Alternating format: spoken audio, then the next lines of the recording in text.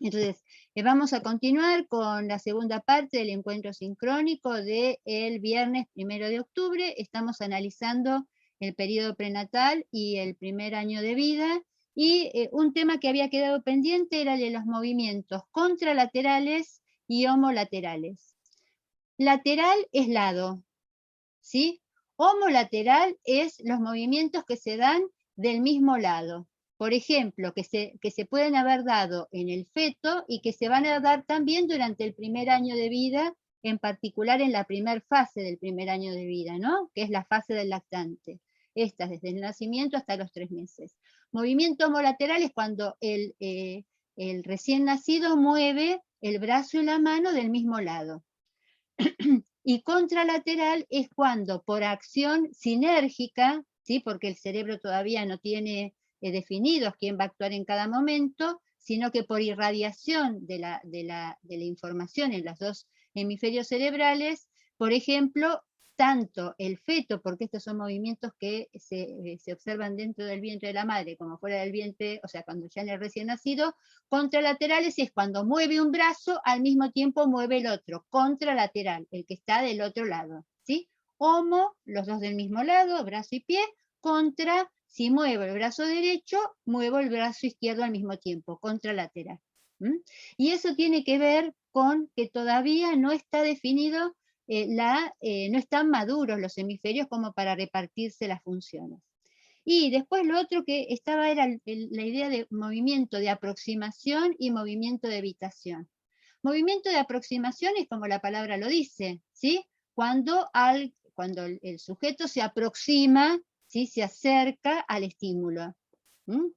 Y movimiento de evitación es cuando el sujeto o si pensamos en el feto todavía dentro del vientre de la madre, de quien lo está gestando, son los movimientos de alejamiento del estímulo. Por ejemplo, se ha comprobado cuando se va haciendo distintas ecografías o se va viendo con distintos procesos la motricidad del feto, lo que se ve es que frente a un estímulo auditivo intenso del exterior, el feto puede hacer un movimiento de reacción evitativa, ¿no? Que vieron cuando uno se asusta y bueno, y separa, como si fuera un movimiento de defensa, manos, brazos y las piernas, como que las estira en ese movimiento de alejamiento de la fuente de sonido o de aquello que pueda estar representando una amenaza para uno. Bueno, eso sería entonces la explicación de qué es homolateral, contralateral, aproximación o evitación. Bien, estábamos entonces, cuando terminamos el primer video del encuentro sincrónico, ya hicimos nacer al feto y lo convertimos en un recién nacido. Ese momento del primer año de vida es un momento importantísimo para el desarrollo de la motricidad. ¿Por qué? ¿Por qué les parece que yo puedo ser tan enfática y digo, es un momento importantísimo?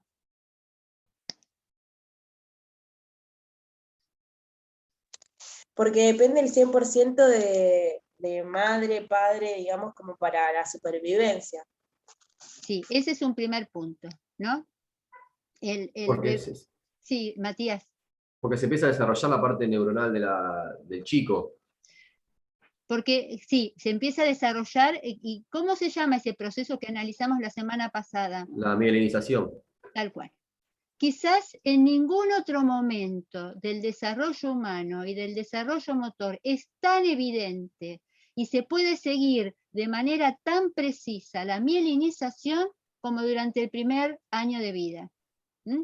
Día a día, con las conductas motrices y las manifestaciones que va teniendo el bebé, justamente su crecimiento, o sea, su posibilidad de desarrollo, lo que nos permite es ir viendo, si uno tuviese un ojo entrenado, lo que pasa es que cuando uno está criando un hijo, no estudió desarrollo motor, ¿no? Uno cría a su hijo, pero si uno fuese un estudioso, uno podría ver cotidianamente, uy, mirá dónde llegó la mielina ahora, uy, mirá dónde a partir de las conductas que va teniendo el bebé. Y además, porque justamente es la mielinización la que le va a permitir al bebé lograr lo contrario de aquello con lo que nació. Si el bebé preservase la postura fetal, ¿en algún momento llegaría a caminar? No. No, Bien. profe.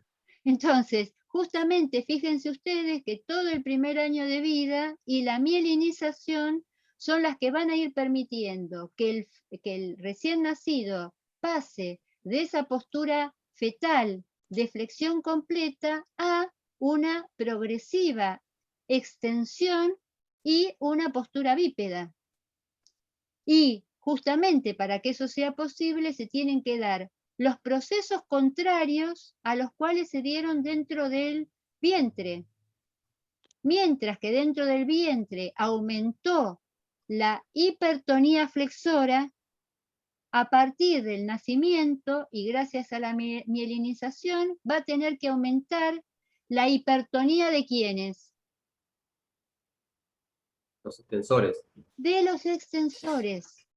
Entonces, el primer año de vida es un año donde precisamente lo que la biología humana hace es el proceso contrario de lo que hizo durante los primeros, o sea, digo desde la cuestión tónica, ¿no? Durante los 9 meses fue haciendo esta sinergia tónico-flexora para lograr la postura fetal mientras que estaba dentro del vientre en la gestación, y durante el primer año de vida, gracias al proceso de mielinización, el bebé, el lactante primero y el bebé, va a tener que ir haciendo el proceso contrario. Tiene que empezar a darse esta regulación o modulación tónica. ¿Qué quiere decir modulación tónica? Van a tener que bajar la tensión, los flexores, y van a tener que aumentar, producto de la mielinización, la tensión, los extensores. ¿Se entiende esto? ¿O más o menos? Más o menos, pero sí. Más o menos, pero sí. A ver, ¿en qué podrías, o quizás tenés alguna pregunta que o algún comentario que nos permita pensarlo, Rebeca? No, pero es medio confuso las palabras y todo, pero más o menos trato de entender de lo que llega a ser el bebé, o sea, lo que todo el crecimiento del bebé. Pero hasta ahora voy. Ajá. Mira, vamos a hacer, a ver si lo puedo, a mí me parece que ustedes tienen ahí una, a ver si la, espérenme un segundito, ustedes tienen una diapositiva, es muy importante que para todo este primer año de vida vayan siguiendo las diapositivas, porque en las diapositivas tienen mucha información muy importante que les permite ir explicando lo que vamos, o les permite ir viendo, porque si uno lo ve, inclusive es más fácil de poder comprenderlo. Entonces, a mí me parece que ustedes tienen una diapositiva que yo siempre muestro, que es una de las que más me gusta, donde se ve claramente el proceso de la mielinización, ¿sí? Ahí la estoy buscando, a ver si la puedo compartir, ojalá que me deje hoy. Estoy acá, compartir, aquí la encuentro, compartir. Ahí me parece que están viendo mi pantalla, ¿no es cierto? Sí. Sí, profe. Bueno, Sí, profe. después volvemos, algo que no dijimos, pero que me parece que es muy importante tener en cuenta y que estábamos planteando antes de, esperen que no lo puse en modo presentación. Ojalá que me deje ponerlo en modo, no, me lo quiero agrandar, pero no me deja.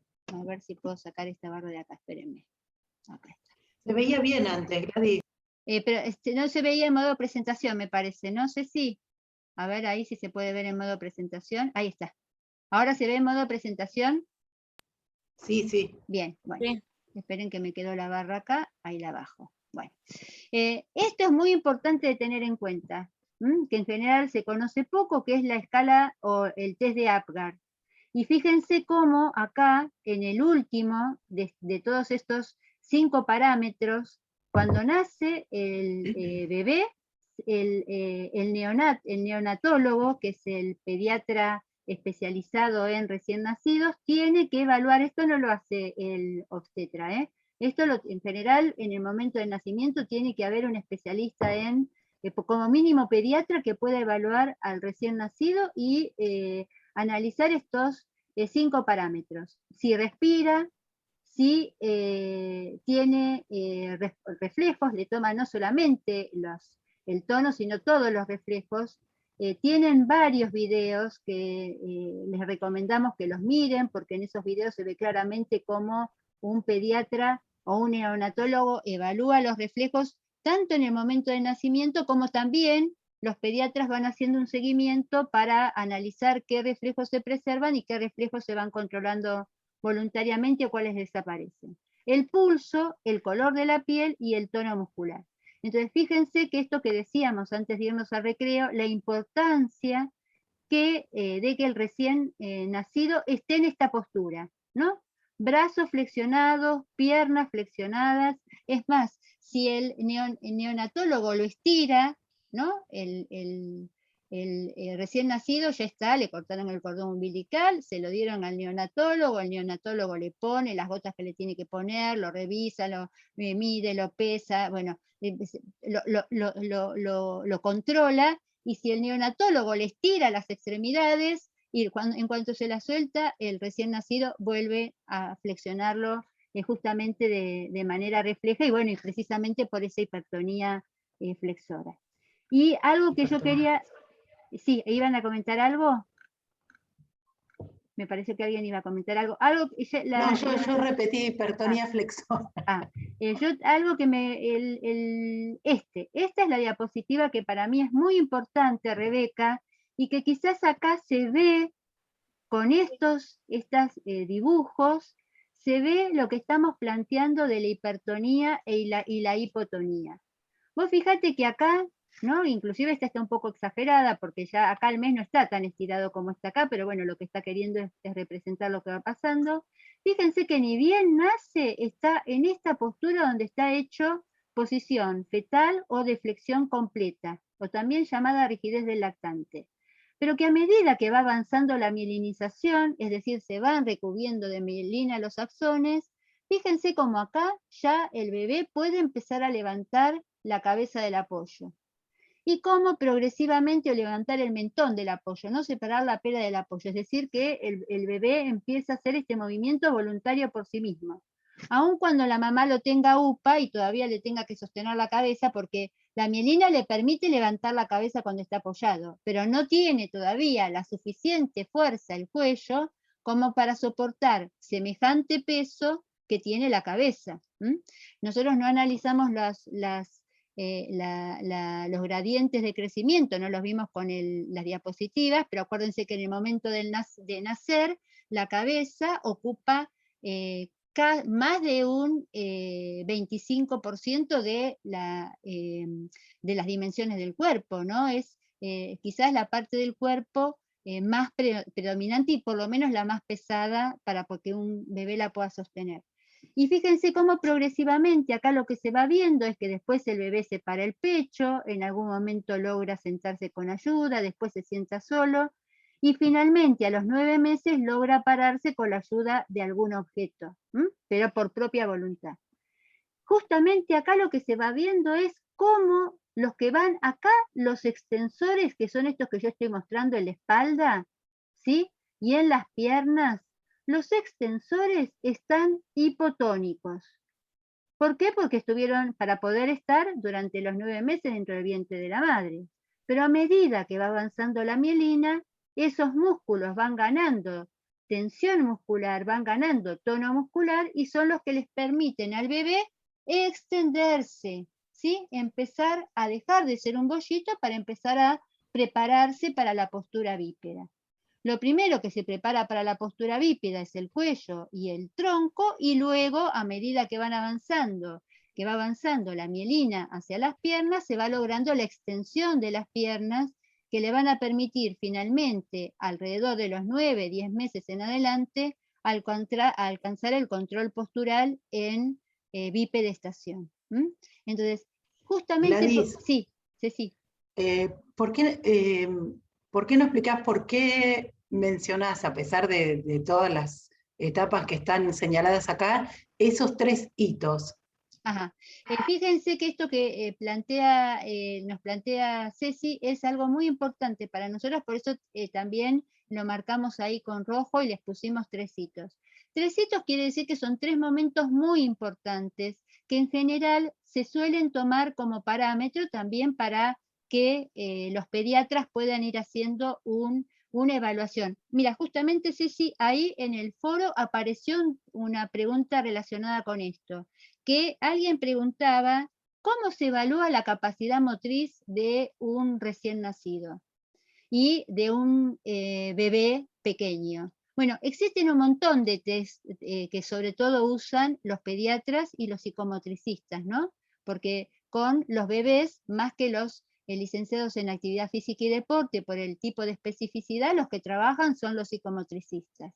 Más allá de que nosotros, como licenciados en actividad física y deporte, podamos sumarnos a un equipo interdisciplinario y estimularlos.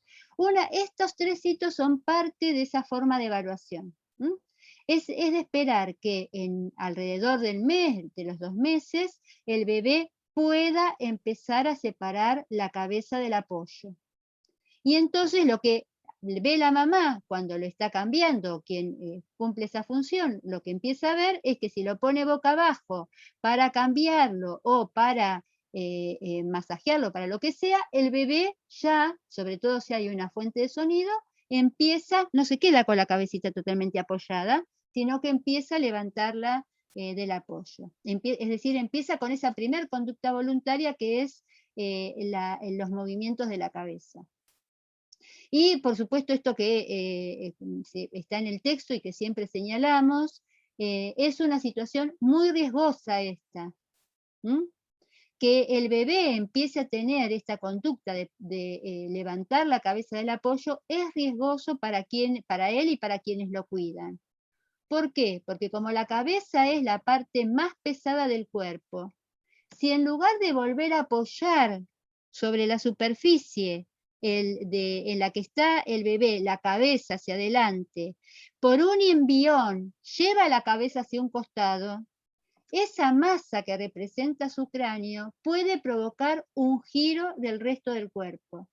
Y esa es la causa por la cual las mamás, las abuelas, los papás y quienes criamos a los bebés decimos, ¿cómo si tiene un mes? Y no se puede mover, apareció en el piso.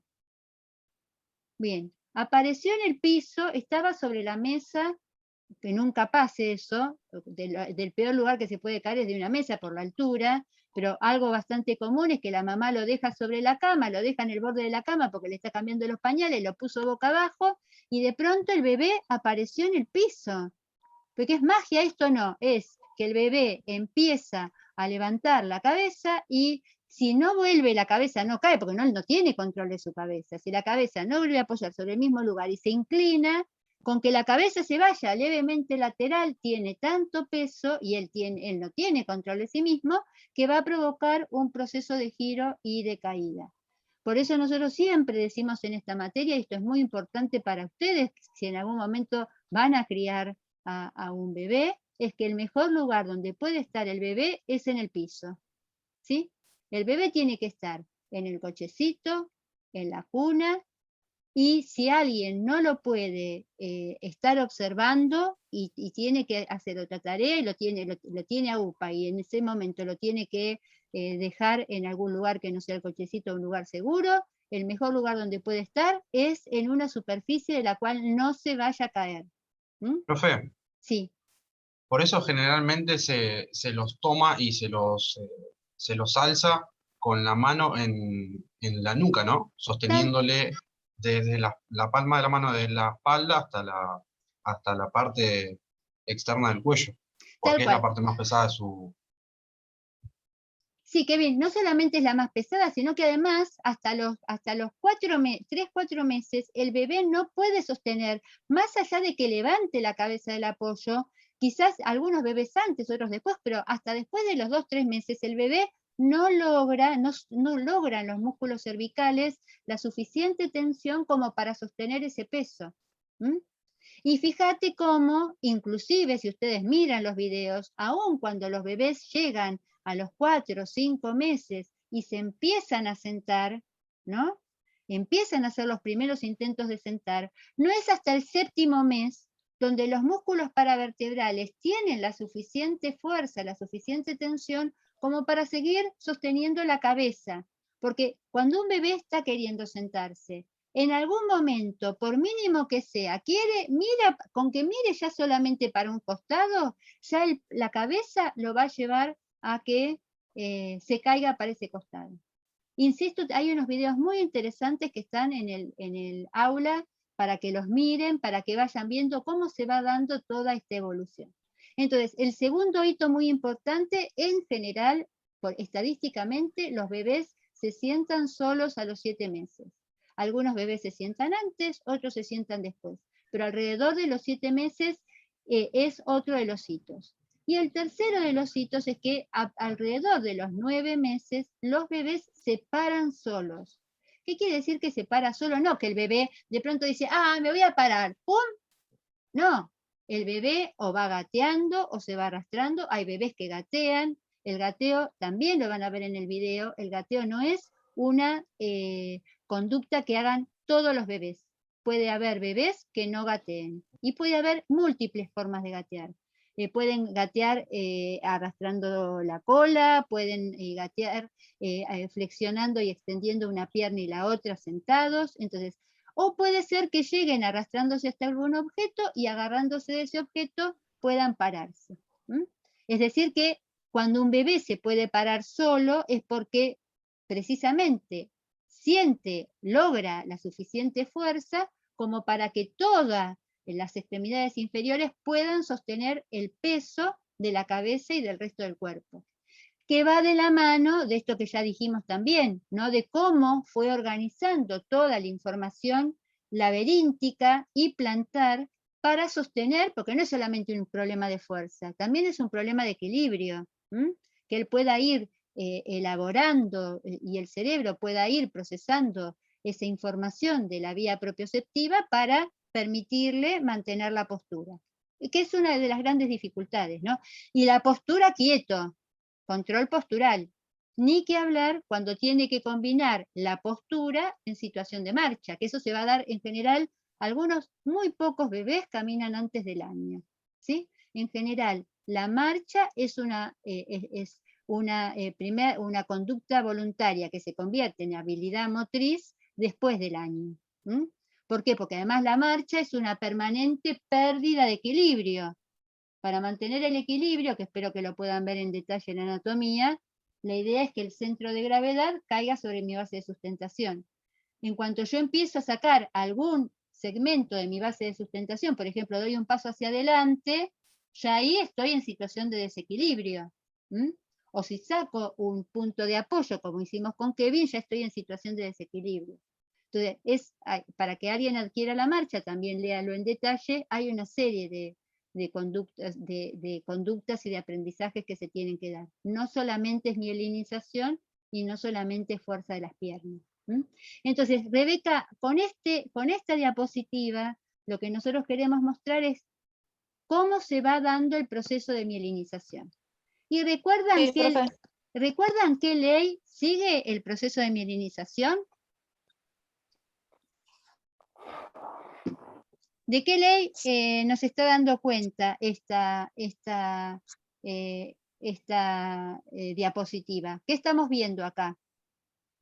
¿Cómo va avanzando? La mielinización abarca primero desde lo que es, si no me equivoco, la palabra, así, digamos así, hablando con la materia, es céfalo-caudal, ¿no?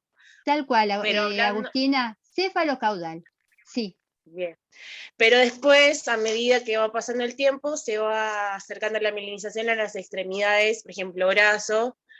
Me parece que el tronco, no sé si llega a tener mielinización, o llega la mielinización al tronco, profe, sí. Y si no pasase por el tronco, no llegaría porque no salta la mielinización. Pénsalo, Agustina, va bajando, ¿no? Claro. Céfalo-caudal. Fíjense cómo acá va avanzando por ley céfalo-caudal, ¿no? Y a medida que va avanzando, céfalo es cabeza, caudal cola, a medida que va avanzando la mielina es que va logrando estas conquistas posturales. ¿Y por dónde avanza, Agustina? Avanza por el tronco. porque ¿por dónde va bajando Claro. la mielinización? Por la médula, pero de la médula avanza hacia las extremidades, avanza hacia las manos y avanza hacia los pies. ¿Cómo se llama? Céfalo-caudal es a través de la médula, de la cabeza hacia los pies. ¿Y cómo se llama la que va del tronco hacia las extremidades? ¿Cómo se llama esa segunda ley? Cefalodistal. Próximo distal, ¿no Ahí es? está, próximo distal, ahí, Ailín. Ailín. Ay, ¿cómo me cuesta tu nombre, Ailín? Bien. Bueno, Ailín es más fácil. Ailín, no te ofendas, está bueno, Ailín. Sí, Ailín, próximo distal, ¿sí? Tal cual. Entonces, fíjense que por eso les dijimos, es muy importante entender el proceso de maduración y las leyes, porque todos, quizás puede haber alguna de estas conductas voluntarias que no hagamos, pero son leyes porque todos seguimos esta progresión. Nadie llega al hito de los 9 meses sin haber pasado previamente por levantar la cabeza al mes y sentarse a los 7 meses. Nadie aprende a pararse sin haber logrado el control de la postura de sentado. Y la ley próximo distal de lo que nos va mostrando o cómo lo comprobamos. Porque yo les decía, la maravilla del primer año de vida es que para un ojo entrenado y un ojo estudioso lo que va viendo sin estar haciendo un análisis de ir viendo cómo va avanzando la mielina por otros medios, a partir de las conductas del bebé uno va viendo cómo se va mielinizando. ¿Y cómo nos vamos dando cuenta del control próximo distal? Porque ves las respuestas motrices desde la parte próxima del eje a la parte más alejada. Y eso, Ailín, ¿en qué conductas lo vas viendo del bebé? ¿Qué es lo que vas viendo que el bebé puede hacer? Agarrar. Tal cual. Claro. La conducta es, nosotros decimos coloquialmente en Argentina, agarrar, ¿no? Acá, científicamente la conducta es la aprensión. Entonces, lo que se hizo es un estudio de la aprensión para ir viendo cómo los bebés van logrando el control de la mano y qué pasos van dando para que poder agarrar voluntariamente un objeto que está, por ejemplo, lejos de ellos, ¿sí? Ahí tenemos un bebé que nos está hablando. No sé si es, Agus, ¿es tu hija la que nos está acompañando? No, Pili está en el jardín, por suerte. Bueno, ahí tenemos otro bebé que nos está acompañando, lo estamos escuchando. Por suerte, dice, vieron qué buena que es la institución educativa, ¿eh? Por lo menos podés cursar el desarrollo motor sin que Pili, pero seguramente... No. Claro, si no, segura, es claro. No, es muy intensa, es muy intensa. muy intensa. Es muy intensa. Ese es un indicador de vitalidad, Agustina, que a veces... 100%, profe. Sí. Claro, por ahí al adulto, al cuidador, a la adulta cuidadora, la agobia porque es difícil seguirles el ritmo, pero es un buen indicador, ¿eh? Claro, sí. Ceci, me haces acordar a mi mamá.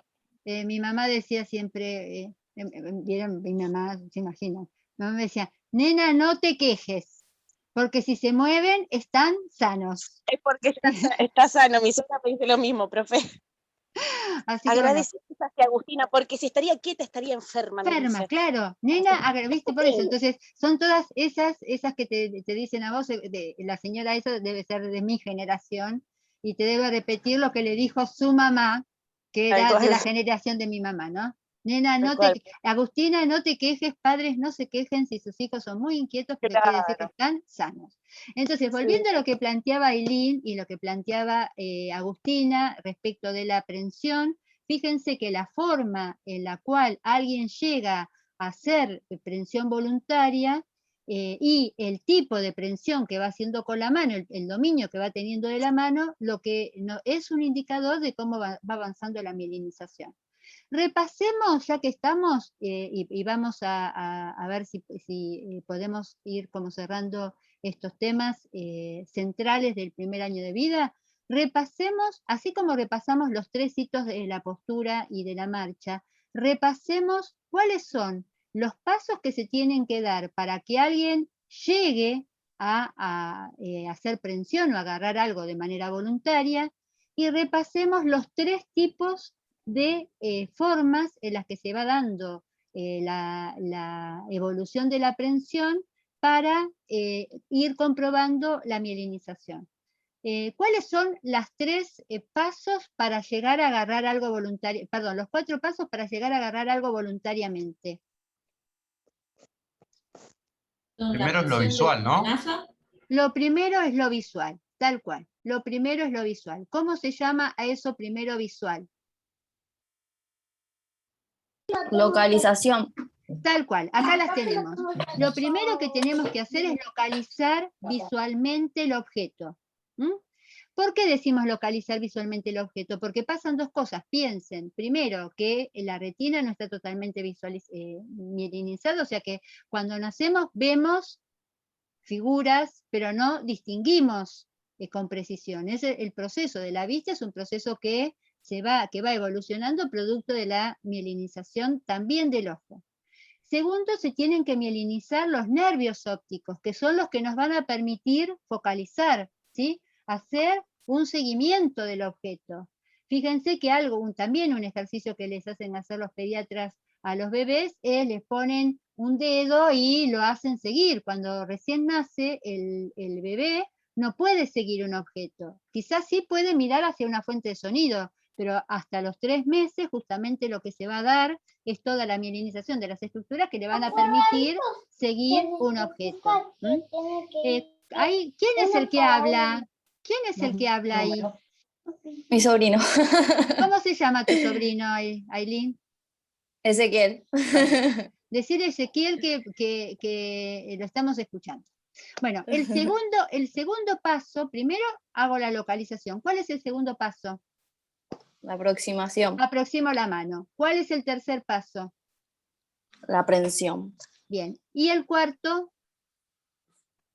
No lo ven, no se alcanza a ver ahí. La exploración. La exploración del objeto. La exploración. Bueno, fíjense que es importante, por eso yo insisto tanto en que miren las diapositivas, para que alguien pueda, acá lo que vemos en esta diapositiva es, primero hay una localización visual del objeto, y luego lo que tengo que hacer coincidir, por eso fíjense que en general el desarrollo de la aprehensión no va el desarrollo de la aprehensión por un lado y el desarrollo de la postura por el otro. El desarrollo de la aprehensión y de la postura van en paralelo. Gladys, sí. Acá está diciendo Solange que esa diapositiva no está, ¿será? ¿Esta? Puede Sí. ser. Me voy a fijar, voy a revisar a ver si Igual está. en el material de lectura está los Sí, pasos está, con la profe. mano. ¿Está? Bueno. Bien. Bueno, entonces, fíjense que es importante, un bebé que está acostado, es difícil que pueda querer manotear cosas que están a su vista porque lo que ve es el cielo raso. Por eso es tan importante también que al bebé se lo pueda estimular y se lo pueda cambiar de posición. Lo que está mostrando acá es que para que yo pueda agarrar algo, ese algo que quiero agarrar tiene que entrar en mi campo visual. Entonces es difícil que yo quiera agarrar, si siempre estoy mirando para arriba, es difícil que yo quiera o pueda estimular la aprehensión. Es necesario que poder ir ubicando al bebé de maneras de que el campo de la visión la mano pueda entrar dentro de ese campo de la visión de los objetos que él quiere agarrar. Y entonces, esos 4 pasos son los pasos que se siguen para el desarrollo de la aprehensión. Pero en todos esos pasos, la mano va funcionando de manera distinta y precisamente esa forma en la cual soy capaz de agarrar las cosas es lo que va demostrando cómo va avanzando la mielina hacia los dedos y hacia todas las... ustedes saben que la mano es una de las partes del cuerpo que tiene más terminaciones y más inervación nerviosa, ¿no? Justamente por la precisión que tiene. ¿Cuáles son las 3 formas de prensión? En tenaza. Bien, ¿cómo es agarrar en tenaza? Agarrar en tenaza es agarrar apretando. Con el pulgar y con el dedo índice. El pulgar, eso es pulgar y dedo índice es pinza. Ah, pinza, perdón. Pulgar y dedo índice es pinza. Tenaza es cuando el bebé, la primera forma que tiene de agarrar es con la mano tierra. El objeto, con la palma. Esto es tenaza. Esperen que lo pongo ahí, que si no, no veo ahí si se ve. Esto es tenaza, está el objeto acá y hace esto el bebé, ¿sí? ¿Esa puede ser que sea de las primeras, profe? Esa es la primera.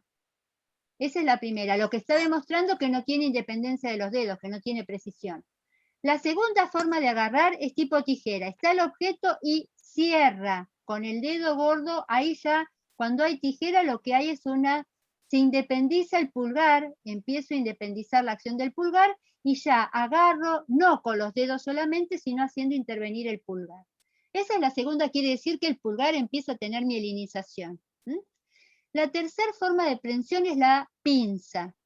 La pinza quiere decir que ya puedo dominar los dedos y entonces puedo agarrar incluyendo el pulgar y la yema de los dedos. Esa es la pinza. Y hay dos tipos de pinza. La primera pinza que uso es la pinza baja, es decir, que uso todos los dedos para la prensión, y la última pinza de prensión, la más precisa, es cuando independizo de la prensión sola y uso para la prensión solo el índice y el pulgar, que digamos que es la forma de prensión más precisa, ¿no? Más allá de que después yo puedo usar el resto de los dedos, pero bueno, dicen que justamente esta forma de prensión y esta pinza es la forma de la precisión o el movimiento más preciso que existe en el mundo, ¿no? O sea, porque bueno, después habrá formas que se hayan imitado a partir de la tecnología, pero que bueno, que el movimiento más complejo y más preciso es justamente el de la pinza digital. Y además es el que nos ha permitido transformar la naturaleza, crear la cultura, la ciencia, la tecnología y bueno, y todo lo que nos rodea, este en relación con esta. Este es el que planifica y esta es la que ejecuta, ¿no?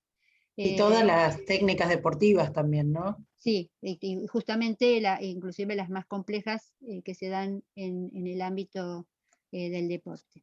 Bien, entonces, fíjense cómo cuando hablamos de postura, lo que va mostrando la postura es el desarrollo, la mielinización por ley céfalo-caudal. Postura es control de mi cuerpo sentado, parado, ¿no? Acostado, sentado y parado. Y prensión es ley próximo-distal. Cómo voy controlando, cómo la mielina va avanzando de mi tronco hacia las extremidades. Y cómo voy logrando cada vez mayor precisión de la mano. Todo eso en el primer año de vida.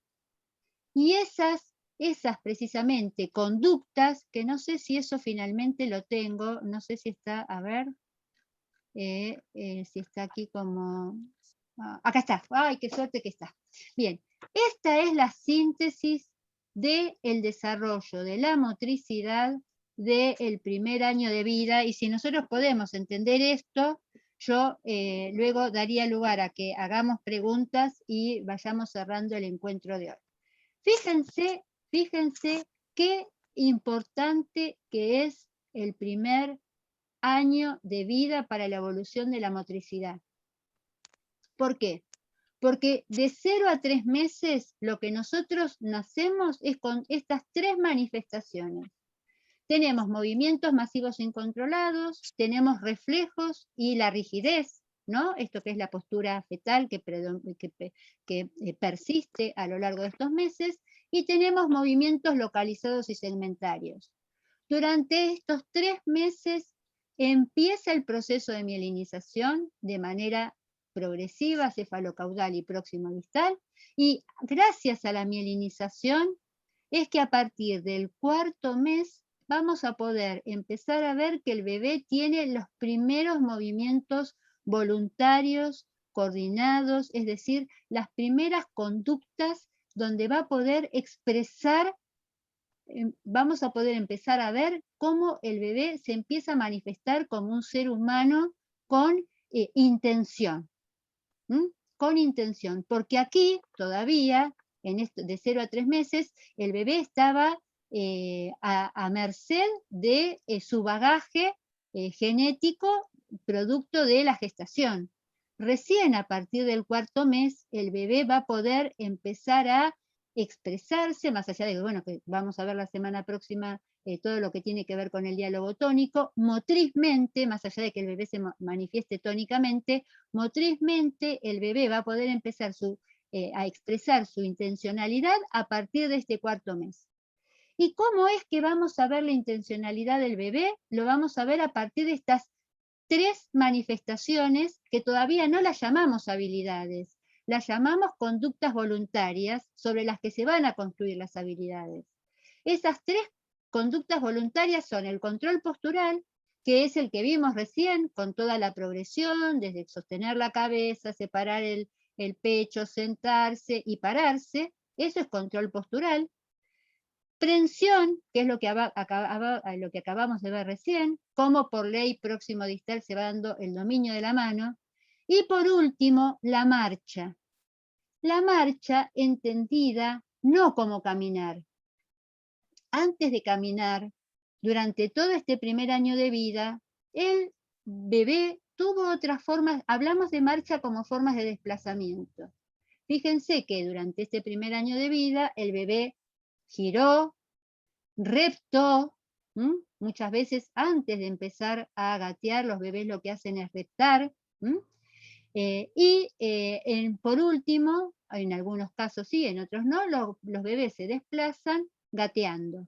A esas formas de desplazamiento previas o sea, que se dan durante este proceso de mielinización, con esas conductas intencionales, el bebé lo que va demostrando es el proceso de mielinización y también cómo empieza de manera intencional a provocar efectos sobre el ambiente, hacer actos de exploración y también expresar sus intereses y su curiosidad.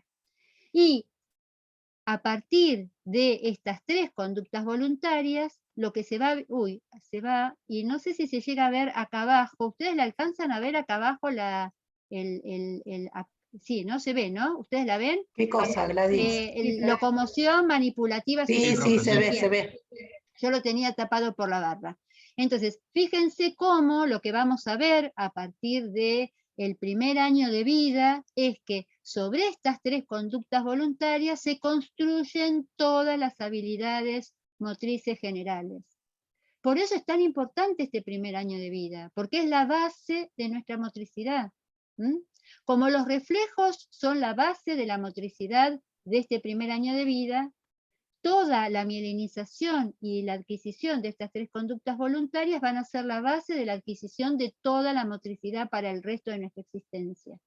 Entonces, ¿cómo sobre el control postural se van a construir a partir del primer año de vida las habilidades motrices de no locomoción? ¿Cómo a partir de la marcha se van a construir todas las habilidades motrices de locomoción? Y cómo sobre la aprensión se van a construir las habilidades manipulativas. Es decir, lo que queremos mostrarles con esta diapositiva es justamente esta evolución tan importante de la motricidad que se da en primer término en las 2 fases del primer año de vida y en segundo término a partir de entre el primero y el segundo año de vida como primera instancia de desarrollo, aprendizaje y evolución de las habilidades motrices generales. Bien, ¿quedó claro esto? Sí, profe. Bien. Si quedó claro eso, para mí me parece que es central y entender que el proceso que subyace a todo esto que acabamos de describir es la mielinización. Y justamente como es la mielinización es que sigue estas leyes y todo aquello que no se ajuste a esa ley, que por ejemplo un papá o una mamá vean que el bebé a los 8 o 9 meses todavía no se sienta, que el bebé al año todavía no se para. Estos son motivos, más allá de que ustedes saben que quien puede tener que está prescripto que así sea, pero que no siempre se logra, ¿no? Por la dificultad a veces de acceso a los servicios de salud pública, pero que la idea es que durante el primer año de vida, quien está encargado de la crianza, el papá, la mamá, la abuela o quien asuma el rol de la crianza, tiene que hacer una consulta en el pediatra en el primer mes, a veces por semana, los 2 primeros meses por semana o cada 15 días, y a partir de los 2 meses, como mínimo, una consulta mensual, además de para seguir el calendario de vacunación, para ir evaluando los parámetros de crecimiento de talla y peso y perímetros cefálicos y torácicos, recuerdan que vimos la semana pasada, es decir, durante ese primer año de vida el pediatra o la pediatra va haciendo todo ese seguimiento, y el otro control que hace el pediatra es un control neurológico. ¿Cómo hace el control neurológico el pediatra? A partir de evaluar en los primeros meses los reflejos, para ver si persisten o no persisten, y después, a partir de la charla con quien lleva al bebé a la consulta, se sienta, ya se empezó a parar, ya empezó a gatear, ¿sí? Responde a los estímulos cuando le hablas, ¿te responde? ¿Te sigue con la mirada? Bien, ¿por qué? Porque justamente por lo importante que es este primer año de vida. Hasta acá, ¿dudas de lo que venimos comentando? Yo lo que quiero acotar nada más, que también, eso es justo lo que me dijo del neurólogo, por ejemplo, también en los adultos, por ejemplo, a mí me lo hicieron, lo que son el seguimiento de reflejos, que me ponen el dedo frente a tu vista, para que lo sigas y demás, porque, por ejemplo, a mí me pasó de más chica tener convulsiones, y eso también es para controlar que todo funcione bien. Sí, sí, se sigue, inclusive, bueno, ustedes vieron que uno de los reflejos que nos siguen ocultando por ejemplo, los traumatólogos es el reflejo rotuliano, ¿no? ¿A quién no le hicieron el reflejo rotuliano para ver cómo está reaccionando la médula, sentándolo sobre la camilla y pegándole en el tendón rotuliano para ver si se acciona la pierna, y bueno, extendemos la pierna. Es decir, que hay reflejos que nos van... Cerrada. Claro, y hay reflejos que nos... Levantar una pierna. Tal cual, entonces que hay reflejos que van a seguir acompañándonos a lo largo de la vida, y algo que ustedes también tenían que leer para hoy es entender que hay reflejos que desaparecen, que hay reflejos que se convierten en conductas voluntarias, y que hay reflejos que nos siguen acompañando a lo largo de toda nuestra vida, como por ejemplo el reflejo palpebral, ¿no? Que hablábamos en la primera parte de este encuentro. Bien, ¿alguna otra consulta, comentario que quieran agregar o comentar? ¿No? Antes de despedirnos, decirles que miren, por favor miren, en la posible traten de mirar todos los videos que vamos subiendo, aun cuando no sean del encuentro en el que ustedes participan, porque como vamos conversando sobre lo que ustedes van trayendo, hay veces que en algunos encuentros hacemos algunos comentarios que en otros no. Por ejemplo, ayer, esto sí es muy importante que lo miren, ayer explicamos el trabajo práctico de síntesis. El trabajo práctico de síntesis, que lo tienen en la página de inicio de esta unidad 2, que es esa planilla que ustedes tienen que ir completando, se empieza a completar a partir de esta clase. En ese video que vamos a subir de la clase de ayer, explicamos cómo se completa. Por favor, búsquenlo, mírenlo, vayan completándolo.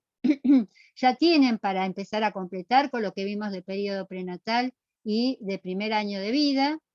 Y cualquier duda que vaya surgiendo, nosotros cada tanto vamos a ir haciendo en un encuentro un momento de trabajo en pequeños grupos entre ustedes, para que puedan ir cotejando cómo van completando el trabajo práctico de síntesis, y que cuando haya alguna de las celdas que del trabajo no puedan completar, podamos analizarlo con Cecilia y conmigo, a ver por qué esa celda les está dando tanto problema para completar. Para terminar, con esto sí, y despedirnos, es decirles que para la semana próxima seguimos viendo este periodo, y que hay tres temas muy importantes.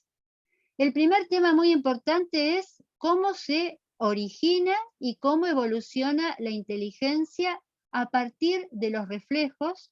Un ser humano se convierte en un ser inteligente, y en ese periodo tan corto de la vida como es desde el nacimiento hasta los 3 años, nos convertimos de un ser de reflejos a alguien con inteligencia práctica y accedemos a la inteligencia simbólica. Ese es un proceso complejo que les pedimos, por favor, busquen el apartado Inicio y Desarrollo de la Inteligencia y léanla.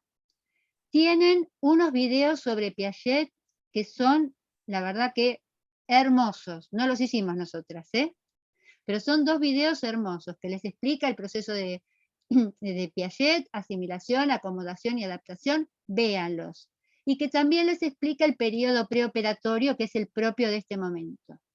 Es muy importante entender cuál es la génesis de la inteligencia, porque poder ir entendiendo cómo va evolucionando la inteligencia nos va a permitir entender por qué un nene a los 3 años no puede jugar al fútbol, por ejemplo, o por qué un nene a los 3 años no puede jugar a la mancha.